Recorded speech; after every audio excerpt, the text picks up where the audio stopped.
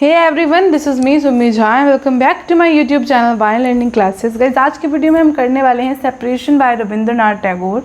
तो चलिए वीडियो को शुरू करते हैं, बट इससे पहले अगर आप मेरे चैनल पे फर्स्ट टाइम आए हैं तो मेरे चैनल को सब्सक्राइब कर लीजिए।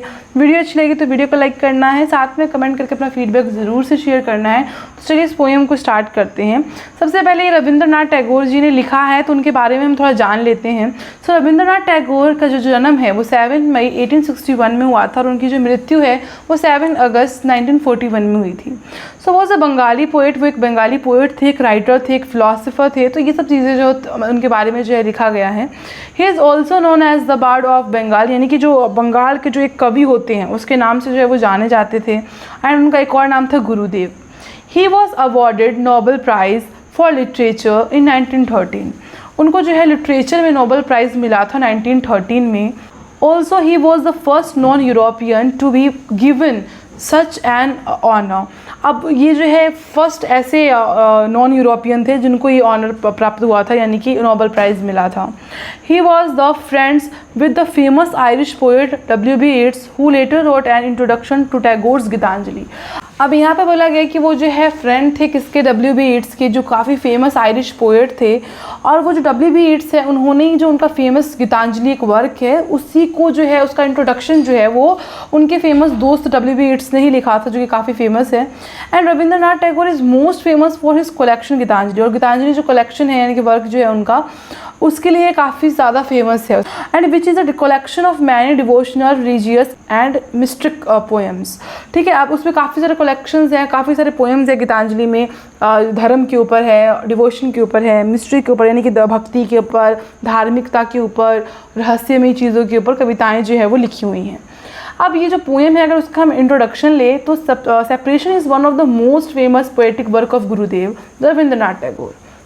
मतलब रविंद्रनाथ टैगोर जिनका हम गुरुदेव हैं उनका जो है वो काफ़ी फेमस वर्क है, ये काफ़ी फेमस पोएम है ये। It was published in his collection Gitanjali in 1910। और गीतांजलि जो उनका काफ़ी फेमस कलेक्शन था जिसमें काफ़ी सारे पोएम्स थे, उसमें ये जो पोएम है वो ये वाला पोएम भी शामिल था। 1910 में उन्होंने जो इस पोएम को भी इसमें ऐड किया था।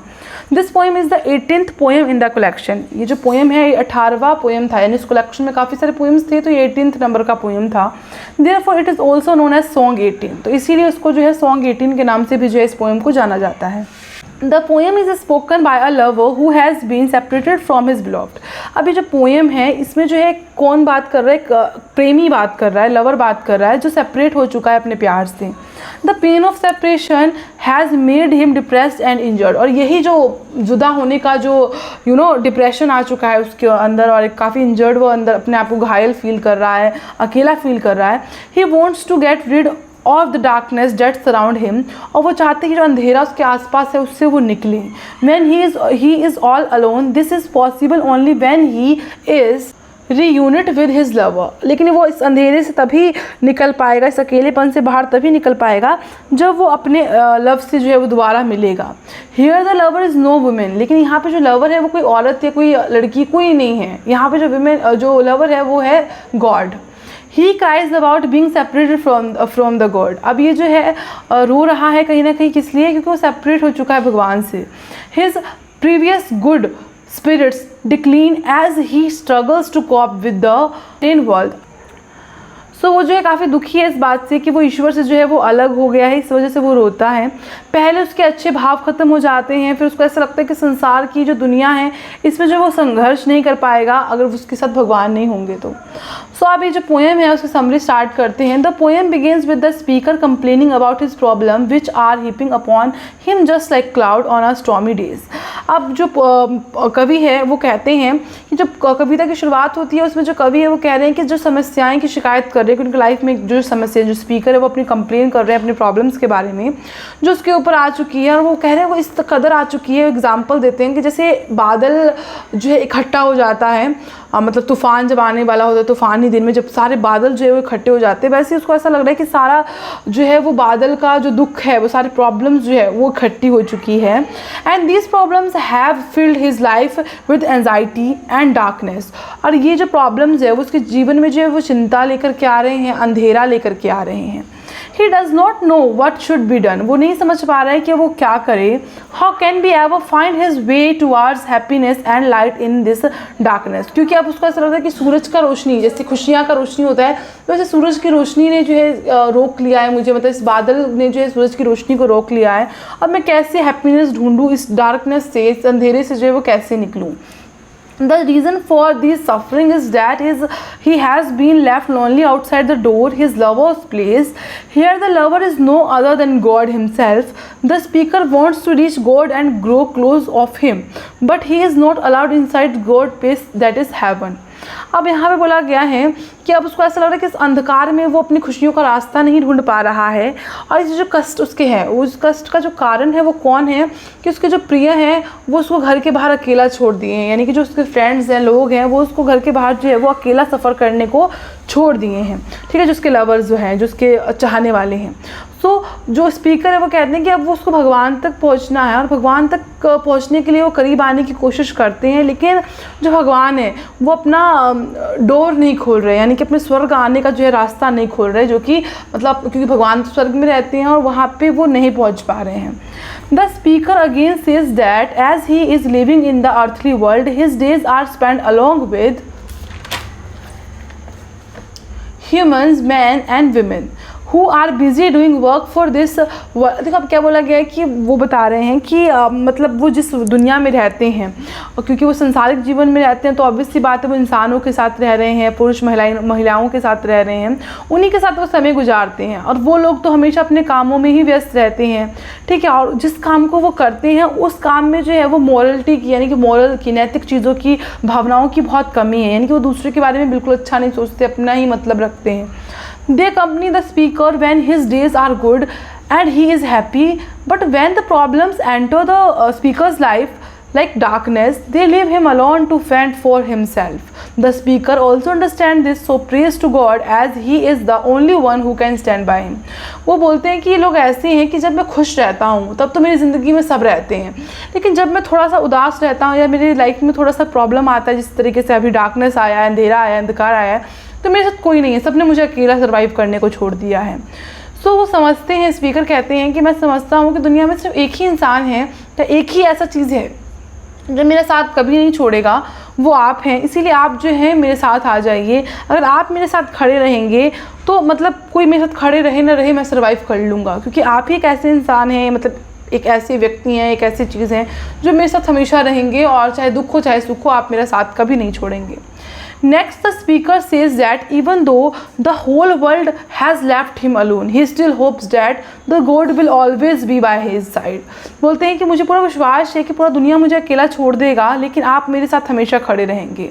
However, if God disowns him and refuses to help him, he does not know how he will face these suffering and pain. तो कहते हैं कि अगर गॉड बोल देंगे कि मैं तुम्हारे साथ नहीं रहूँगा और तुम्हारा मदद नहीं करूँगा, तो शायद मैं ये भी नहीं समझ पाऊँ कि इस दुनिया में सफ़र कैसे करना है, इस पेन से हम रिलीफ कैसे पाएंगे. The hope that God is with him gives him the courage to face all obstacles. बोलते हैं कि बस गॉड का होना ही मेरे को जो है करेज देता है कि मैं जो है वो सभी प्रॉब्लम्स को जो है वो फेस कर लूँगा. But if he is left alone, he won't be able to survive. So he requests God to let him in through the doors. अब वो कहते हैं कि उनका होना ही वो करेज देता है कि वो सब चीज़ों से उनको जो है वो बचा लेंगी, और अगर वो मुझे अकेला छोड़ देंगे तो मुझे नहीं पता कि मैं कैसे सर्वाइव करूँगा. तो इसलिए वो रिक्वेस्ट करते कि आप अपना दरवाज़ा खोलो और मुझे जो है अपनी शरण में ले लो.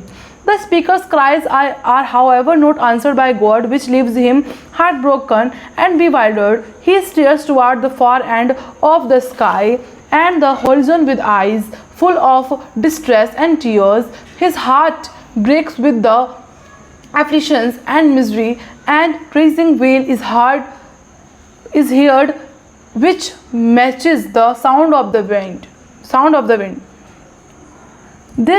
This reaction shows that the speaker is too far from God and they will never reunited again.